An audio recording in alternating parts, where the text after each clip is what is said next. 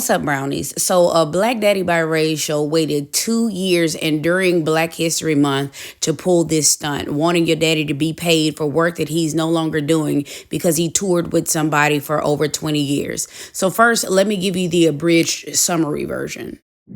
My dad, who also tours with other people whenever Beyonce's not on tour. So at the time, he was doing I believe, a residency with Mariah Carey. But essentially, he collapsed. He ended up having to get surgery, and then COVID happened. My dad had to use his savings to pay all my family's bills. That ran out. They sold their house, and he got a job opportunity to go with Beyonce to a hotel opening, if I'm remembering correctly, in Dubai.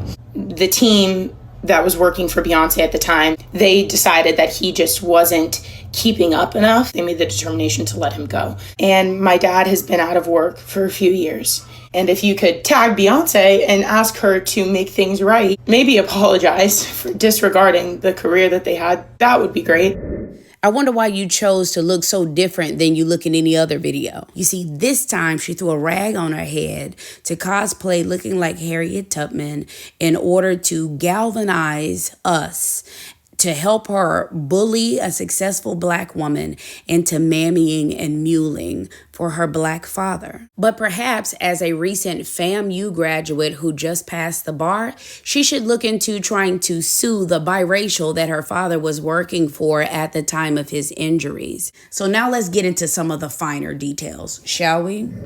A couple of years before COVID, maybe a year before COVID, my dad, who also tours with other people, whenever Beyonce's not on tour, he's toured with many, many other people. So at the time, he was doing I believe, a residency with Mariah Carey in Las Vegas. There was an incident where, it's kind of complicated, but essentially he collapsed and he was having some issues with his neck, some impinged nerves. They had to take him to the hospital. He had to be taken off the residency. He came home.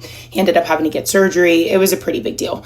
But the I guess diagnosis was essentially that my dad was overworked. And that's not by any fault particularly of Beyonce or anybody else. My dad's just a really hard worker. So my dad worked his ass off my entire life. And as a result, he ended up having some very extensive and severe physical trauma.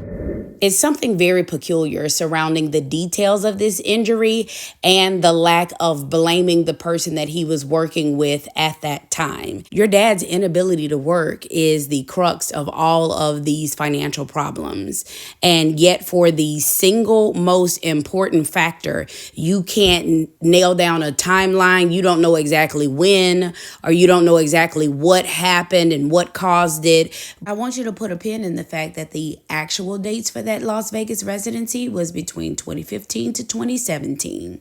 And during that time frame, Mariah was dating an actual billionaire that she was engaged to, that she decided to sue for, quote, wasting her time, and ended up winning the right to keep her 35-carat $10 million engagement ring that she got from him.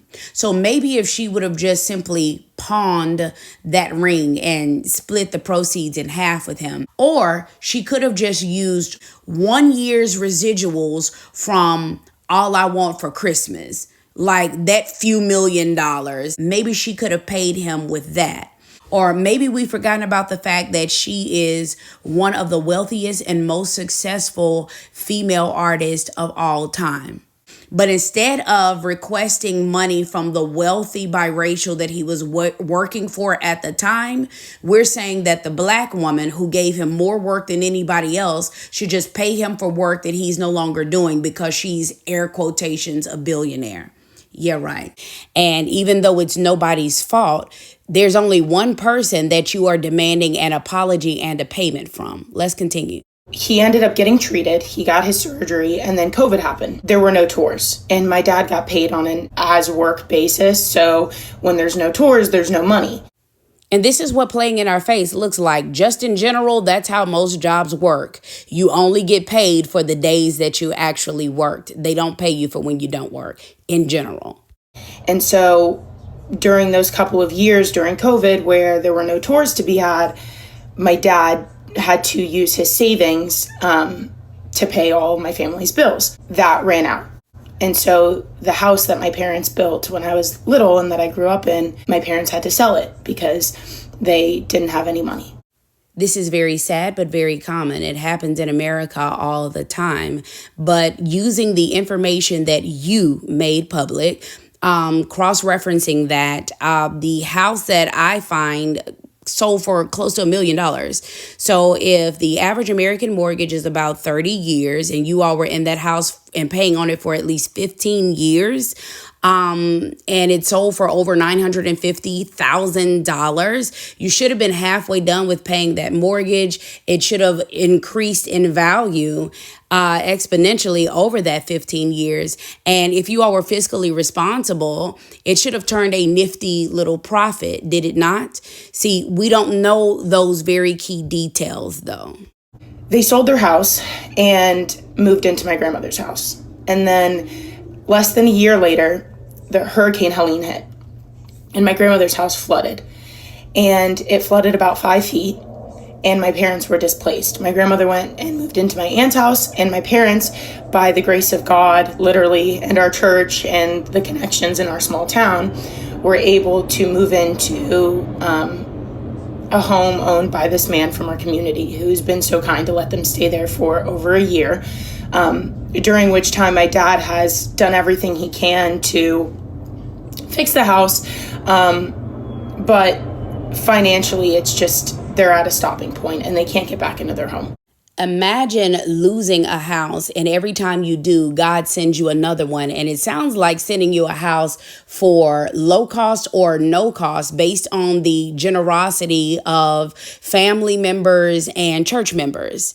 And even with all of that, you still think that the best thing to do is to get on the internet and berate the person who kept your freelancer father, which for all intents and purposes is he's a day laborer. The person who kept him most consistently employed for over 2 decades. Wow, backwards. And he never fully got back to, the physical ability level that he was at before his incident. But nevertheless, he rehabilitated himself extensively. And he was elated when he got a job opportunity to go with Beyoncé to a hotel opening, if I'm remembering correctly, in Dubai. He got fired because of his physical state.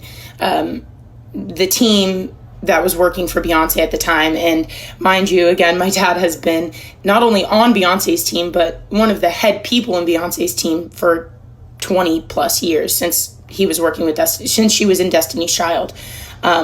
They decided that he just wasn't keeping up enough because he couldn't walk fast enough and he couldn't move quickly enough, even though, there are plenty of positions that they could have given him where he could sit behind a desk and help design the stage or, have fewer, maybe not be expected to work 24 hours straight, right? But rather than make accommodations, they made the determination to let him go.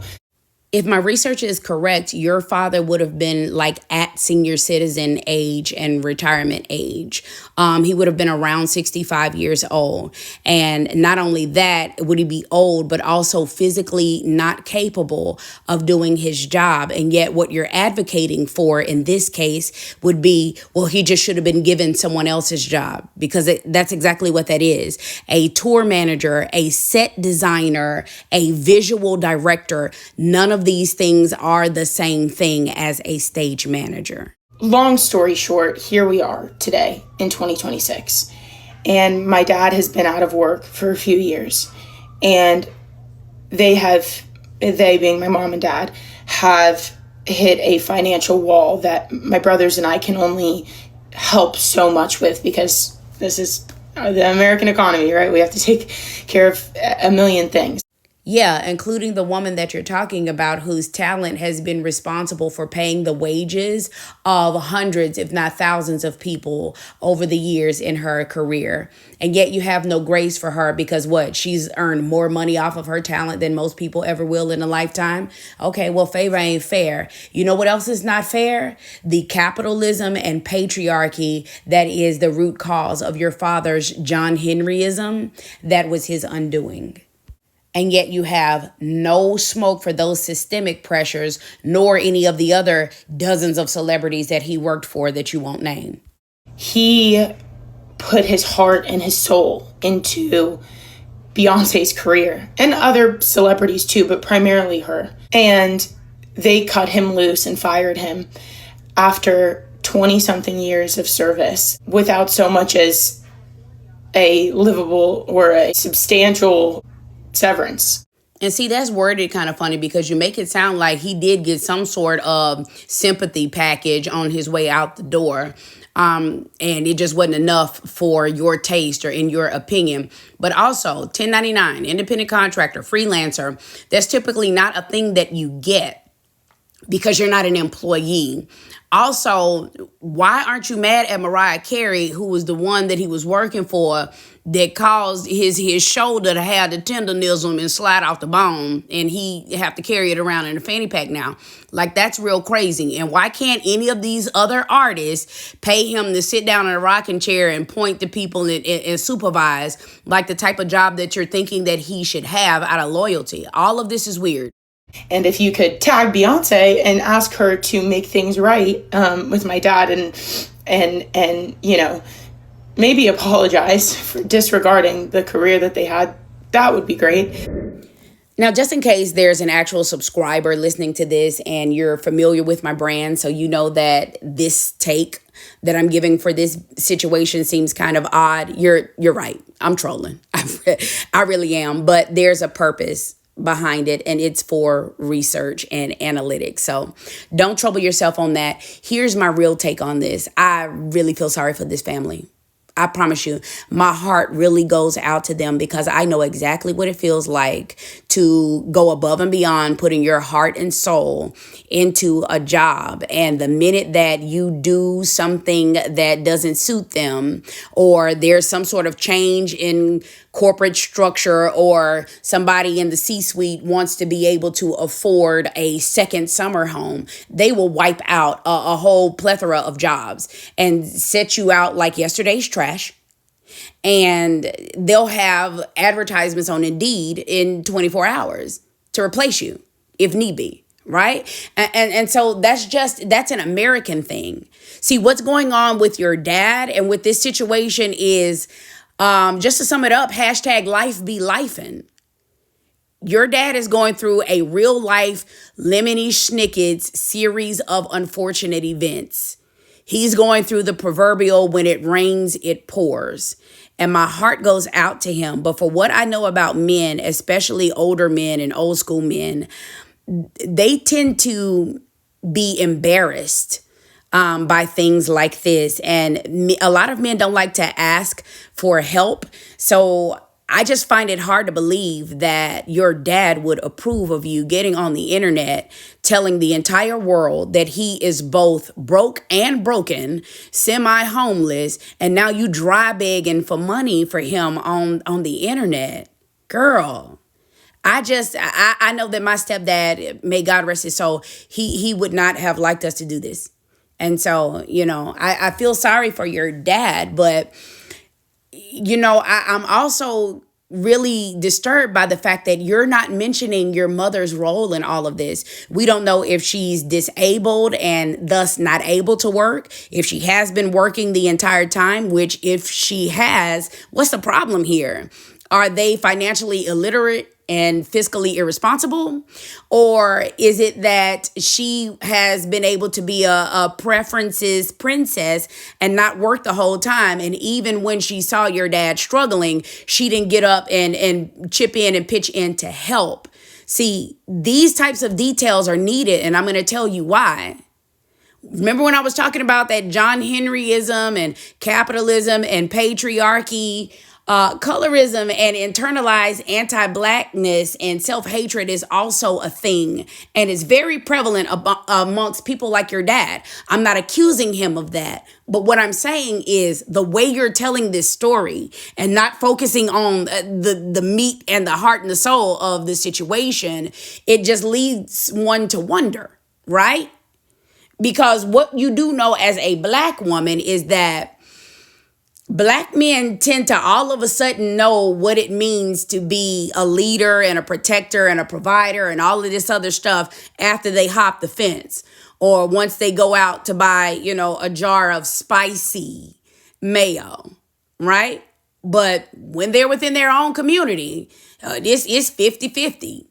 You're a mammy, a mule, and a maid. If you ask for so much as $5, you're a gold digger. It's the expectation that Black women are for labor and any other woman of any other race is for love. And that's extremely tragic. And so for people like you and others, biracials, the half Blacks and the non-Blacks, to consistently be asking Black women for our free labor when we have already told you that we're off duty is egregious. Black women are the blame for everything. We can't get a break. She's responsible for everything. She controls the weather, natural disasters. She did it all. She's responsible for y'all losing y'all home. She did it all. All she has to do is wave her magic wand and everything will be fixed. But it's the holes that you left in the story for me. Oh, this was like maybe a year right before COVID. Technically, COVID and the whole world shutting down didn't happen until early 2020. And that residency wasn't just a year or even 2 years right before COVID. That residency was 2015, 2016, and 2017. So sis, when did the injury occur? Which year was it? Did he do formation? Did he do the formation tour, or did his injuries while working with Mariah prevent him from getting that bag? Did it stop him from getting his bread and butter money with the main artist? You understand what I'm saying? I just kind of need to know. I also need to know, because I did my research and I read in an industry article about how they reuse people, tour after tour because it's kind of easier. And so your dad's name was one of the people that was mentioned in that article. But again, it's just one of them. It's several people mentioned. And you're kind of overhyping. If you all could just go and watch the video, you'll see how integral he is. He's responsible for her success. That's saying a lot, sis. Also, if they actually check out that channel, what they're going to find is that's just B-roll footage and kind of like how the sausage is made behind the scenes of a tour. Little snippets. Those videos were made for several people on that tour, several people that work with her throughout the years. The photographer has one. The twins, they have one. The twins' mom, she has one. It's just the makeup artist, the designer or whatever. There's a lot of those videos. Long story short, you sound just really entitled. I don't think that this was the move. And she's danged if she do, danged if she don't. Because if she actually pays your dad, then now she's going to everybody's going to expect this same treatment. And givers have to have a limit because takers do not. But then if she doesn't, then she's the bad guy and she's a wicked witch of the West. You've put her in an impossible situation. But in summary, I really do hope that it gets better for you all. And also, if I were a law firm, I would not hire you. And overall, sweetie, this just comes off as being entitled. Y'all like, share, subscribe, and hype the video up.